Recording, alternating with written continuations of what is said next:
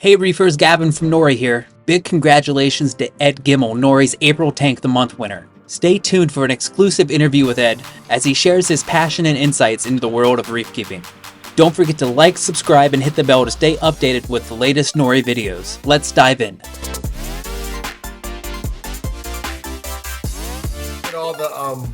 I watched the NSA film on VRS of gluing it all together, and I made that scape, and then that was really fun doing that. But that's what I wish I got into it, and I watched some VRS stuff, and I didn't watch enough because I wish I would have done my aquascape totally different now. Right, and the negative space and all that stuff. Yeah, like I had so much water flow in there, it's crazy. Just with all the arches, and like I'm not blocking anything; it's just free flowing. And like I have to back everything down like less than 50%. Is that like finer sand on the bottom? It is, yeah. So I was having a problem with that because I was running. So I was having the red slime and all that stuff. So I was trying to pick it up, and they tell you to turn your wave makers up a little bit to stir things up, and I just kept kicking up that sand. So finally I got fed up, and I just put like the gravel to the right side, the what you call agronite. Yeah. I put that on the right side on top of the fine sand. And I put the gyre all the way to the left, blowing right across the top, and problem solved. I got no more sand blowing. But you can kind of see it all the way to the left side of the tank. It's all the fine sand. Yeah. So that's one thing, you'd have to consider, especially if you want to have a mixed reef or sticks. Is that the mass spec gyre? It is an ice cap. Yeah. Same. Is that 2K or 4K? That's a 4K. 4K. I've got the 2K, and my sand. I have a 2K in there. My sand sits like this. Oh yeah, for sure. Yeah. So I have the 4K on the left, and in the back right corner vertically, I have a 2K. Yeah, that one's hidden there. I see the wire for it. Yeah. They're nice. They're nice pumps. Yeah, it's quiet, and it moves water, man. It moves the water. Yeah. Your 90-gallon looks like most like softies and hammers. Yeah, just a couple sticks in there, some hammers, some torches. To the the left side, I got that purple pulsing singularia. That's really cool stuff. It's a good grower, man. It grows fast. Old school Monty up top on the upper right. Yeah, I see that. That color pops on there. It does. So all the other green and that orange soloed out there. Right. So how long's this one been running? Close to 5 years, maybe. 5 years. So yeah, I started this with it was like a 35 hex, and it's like when I first got into the saltwater, I had a 35 hex. I couldn't keep my parameters. I was bouncing all over the place. The evaporation was crazy. And like, I couldn't even grow GSP. I was like, what's going on? So I finally told the wife I needed to upgrade and get a bigger volume of water just to, so I wasn't bouncing on a daily basis with my parameters.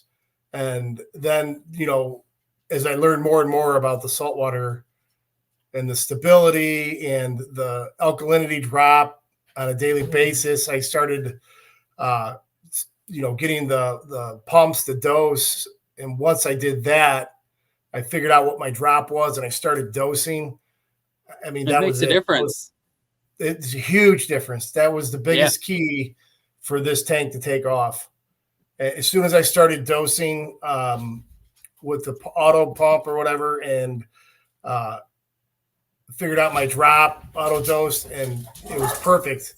Like I stopped touching it. I stopped messing with it. I stopped dumping stuff into it on a daily basis. And I just let it like slowly trend in a direction, right? You do your water changes, and, you get your salinity and your alkalinity and all of your stuff. And then you just want to keep it as close to that as possible. And if you're trending down, it's okay. And then you make an adjustment in a month or so later to trend back to it, and vice versa. So Now, like, do you test weekly? no, No. no, I haven't. So it might sound crazy, but like I could tell when my sand gets dirty, or I get red sand will start to pop up, or my Duncan coral closes in. I know that I have to test the water, and usually I have to do some type of a maintenance, clean the canister filters, do a water change. But I do water changes like every 2 months, maybe, and like 25%. That's The not bad. canisters I got the canisters I got to clean probably once a month. But I let it roll, and it does good. The That's what I. difference. Good. It's what I found is like let it go and kind of keep an eye on it. That's when you start getting your hands in the tank, and that's when things are going wrong. For sure. So you said like, you're doing water changes about every 2 months. What kind of salt are you using? the reef crystals. It's Instant Ocean. Yes. Doing pretty well for you. Yeah, I haven't had any problems with it. It mixes well. The RODI in the basement, mix it up in a bucket, and it sucks. I have to carry the 5-gallon buckets upstairs to do the water change. I do the same thing. Yeah, I do the same thing. I want to figure out a way to just pump it up somehow. So yeah, that would be nice. Oh yeah, you got to get a pretty big pump to do that. Right. So you said your most prized fish is your Washman goby. Tell me about your goby. he sits there and looks at you stupid. So he's in this tank on the bottom left-hand side. I got a little pistol shrimp. I was in Akron. My daughter was playing futsal, and like this is when I first got in the hobby. And I was like, "Hey, let's go to this salt stores somewhere in Akron." And we got the Watchman goby, and he was like, "I got a pistol shrimp," and it was the size of a pinhead. And he was like, "Oh, it's in there. Believe me, it's in there." And, like a year later, there he is. There's the pistol shrimp. We see it with the Watchman goby. They live together, and it's really cool. So you said you test when you think you need to. What do you normally keep your parameters at when you do test? So I test my salinity basically, and I test my alkalinity, and I'll test my phosphates. And that's usually all I test. So I just got a nitrate tester kit, and like the ratio's okay. They may be high, but that ratio, I forget what that was, like 1 to 10 or something. It depends who you talk to. Yeah. I'm somewhere close to that, but the nitrate and phosphate is probably a little bit on the higher side. Yeah. My alkalinity is around 9. And I think the calcium, when I do test it, is about 420 or so. That's about what reef crystals can mix up to. I know it varies. Yeah, but when I used reef crystals, it was like 8.5 to 9. Right. So, and then the alkalinity drop, I dose 2-part, and then that 2-part dosing, if I do a water change and my parameters are close and I'm dosing 2-part, I feel that it doesn't drift too far away from where I want to keep it. Yeah. What 2-part do you use? Is it ESV? Is that the you use ESV? Yeah. Yeah, that's one of them. That's the old I use it. That's solid, right? It's been there forever. Yep. There's a reason it's still around. What's your most prized coral in your tank? He said the strong growing coral, but it looks like you have a lot of strong growing coral in your tanks here. If you could pick one, what would be your most prized coral in there? Oh, man, I love the torch. It's a rock star. That green one with the blue or purple tips. That thing right there on the left. Yeah. Is that a cotton candy? Well, it might have been, but they're like purple or blue tips now. Yeah. So I think that, I don't know if that's the lighting you're running that changes those tips. I don't Yeah. know. It's I don't know. blue or purple, but it's I a don't know. rock star. There's so many names, and Yeah. I've found that the no name torches that I've had have always been my favorite. Yeah. It So just grows. I I've I had, don't go out and spend a lot of money on torches anymore. you can't, like, then, the dragon souls and all this stuff. And it's, Hmm. yeah, they're pretty, but they wither away. And I like the aquacultured ones, not something that come from the ocean that's Hmm. maricultured. And then you put in your tank, it doesn't like your parameters and it just slowly melts away and it's gone. So So give me a torch I that just grows and reproduces. I'm like, hell yeah. yeah. So I'm finding it difficult to get the flow right. This tank, I think I kind of found it, but that 90 is super hard with the flow. And then when Especially the with that bow corner, front. yeah, the bow Yeah. front, the corner, and Corner. it's tricky. So the See. 120, it just rips across the top, and it's slower on the bottom left. It's Yeah. faster across the top. Did And did you post a question in the NORE group about flow? I think about the 4K, the ice cap gyre Yeah. was, I was getting Yeah. all kinds of micro bubbles.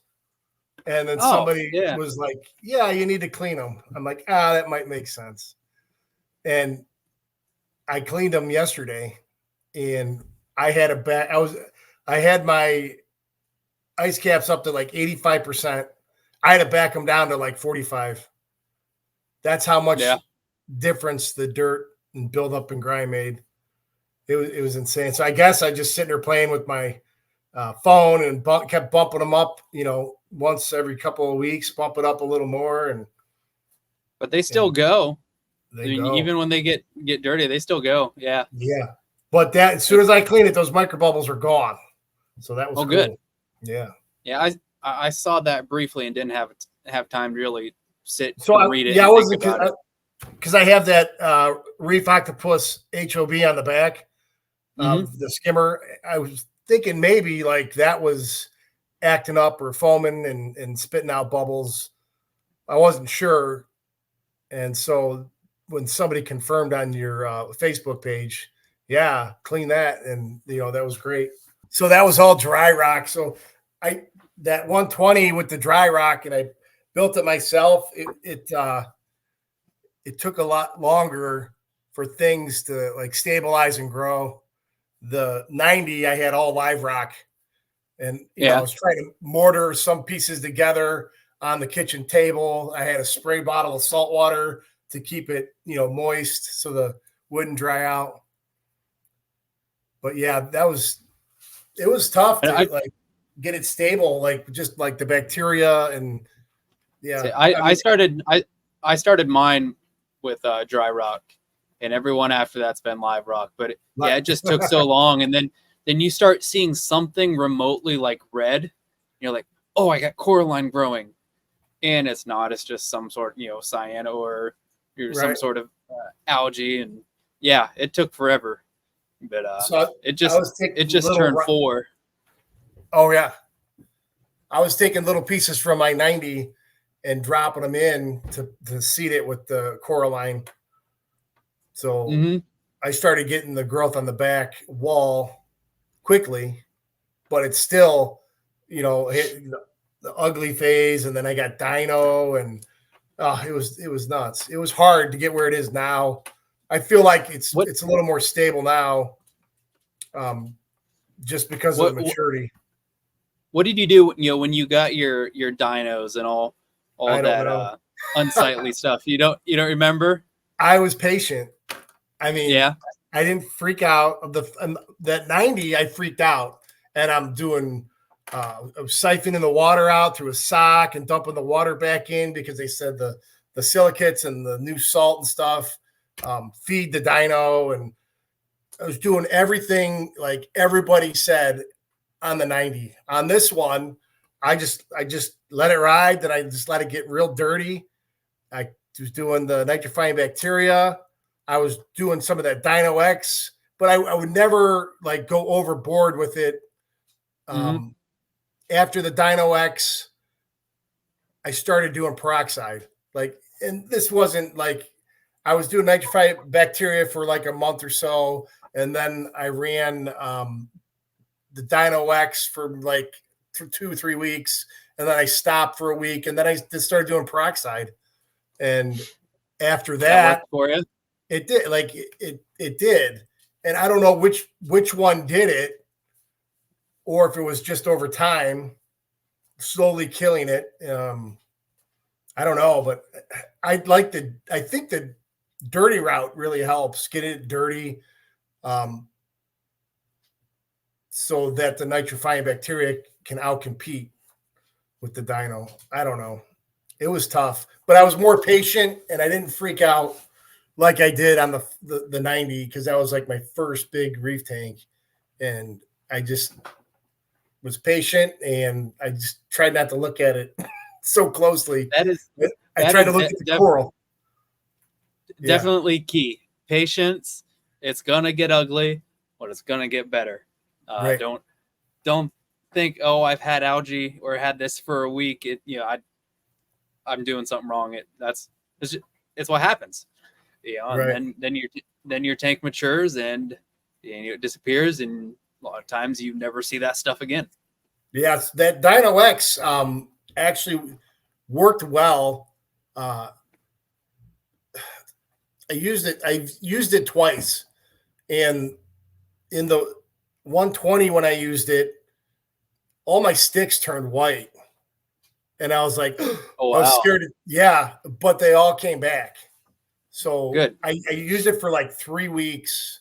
I think it tells you to dose every couple of days. I followed the directions from the manufacturer, and everything started turning white, and I'm like, oh my gosh, and I stopped. It totally bleached everything white, and I was like, well, I'm just gonna leave it in here, and it all slowly came back.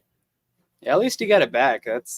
Yeah, it was That's scary. another thing a lot of people would have freaked out about. It's like, oh, my coral's dead, and then they would have pulled it. Right. Yeah, I would Yeah, a have on lot the of 90. yeah. I would have for sure on my first one. So yeah, I'm glad it came back, but it worked. So I mean, that Dino X. I saw the brown snot turn gray like overnight, like instantly. It worked? Really. Yeah, but you just had to, like, if you overuse it, you're gonna, I think, kill the coral. What one of the questions I asked in this form here, what inspired you in the reefing hobby? What got you started, and what keeps you going?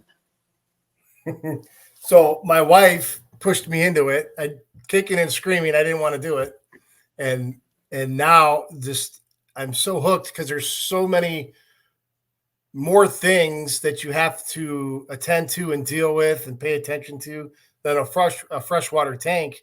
The freshwater, you set it up and you're like, that's it. Like, you don't even care about nitrates or phosphates. You just let it run and clean your Mm-hmm. filters every once in a while.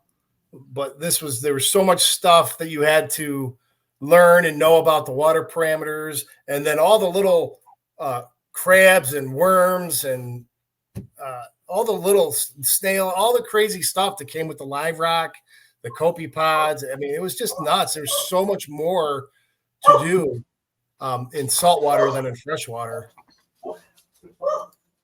Yeah. So My what inspires me, I just, I don't know. It keeps me busy, keeps me out of the bar. And it's fun. Me and my wife sit and watch and look at them together. So quality time yeah, with the wife, watching the tanks, I guess. my wife got me into it too. She wanted a starfish, so Are you kidding? One starfish turned into 3, 4, 5, 6 Right. tanks. Yep. So we were gonna. She liked the colorful fish, so I ended up doing the corals, and then she was like limited on the fish that we could have. So she was kind of bummed out, but now I think she appreciates the coral as much as the fish. Well, see, you said you got that 220, so you set the 220 up as a reef, then you set the 120 up as a fish only with live rock. I hear you. Yep, that would be fun. Yep. Right, for sure. Now you got got 3 tanks going. I know. Yeah, I think But I'm gonna start that, I think, at the end of June. My kid will be done with sports, and I won't be involved in them at all. So I'll have some yeah, time. I didn't like we travel a lot for her sports, so I didn't want to be yeah, away while I set up a new tank. I don't Get blame it you. all set up and be like, oh, I got to leave for the weekend. So I'd like to be home for a few months that I know everything's running properly. The skimmer's not overflowing. My auto top off's working. You could give one piece of advice to a new reefer, what would it be? Um, Learn stability and be patient. That's it. There, you've said patience a few times now. Yeah, Yeah. that's truly key. Nothing good happens fast.